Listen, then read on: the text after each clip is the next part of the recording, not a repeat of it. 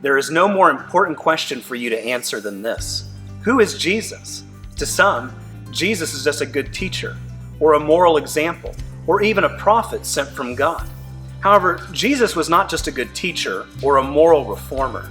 No, the question, who is Jesus, is a question of utmost and eternal significance. For how you answer this question will determine your eternal destiny.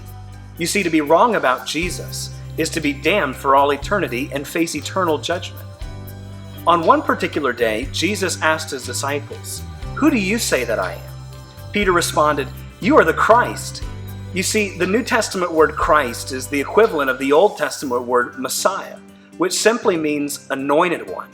You see, Christ is not Jesus' last name. When we say Jesus Christ, it's the same as saying Jesus the Messiah. The term Messiah was used as a royal title in the Old Testament to refer to the divinely appointed kings of Israel. And later, in the book of Daniel, it came to refer to the great deliverer. In Jesus' interaction with Peter, we see how Jesus foretells of his suffering, his death, and ultimately his resurrection. And rather than submit to Jesus as Lord, Peter rebukes him. And Jesus tells Peter, "Get behind me, Satan." Wow, what a harsh statement. I mean, anytime Jesus calls you Satan, that's a bad day. But why would Jesus respond so strongly to Peter?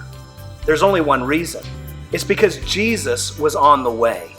You see, when the Bible says that Jesus was on the way, this phrase was used a number of times in the book of Mark to describe Jesus' determination heading toward Jerusalem. Jesus knew exactly where he was going. He knew exactly where he was headed. He knew what he had come to accomplish, and that was the mission the Father had given him. You see, Jesus was going to the cross, and Jesus came to die, meaning that he was going to be obedient to the will of his Father. And no one, not even good-intentioned Peter, would stop him from doing what the Father had sent him to do.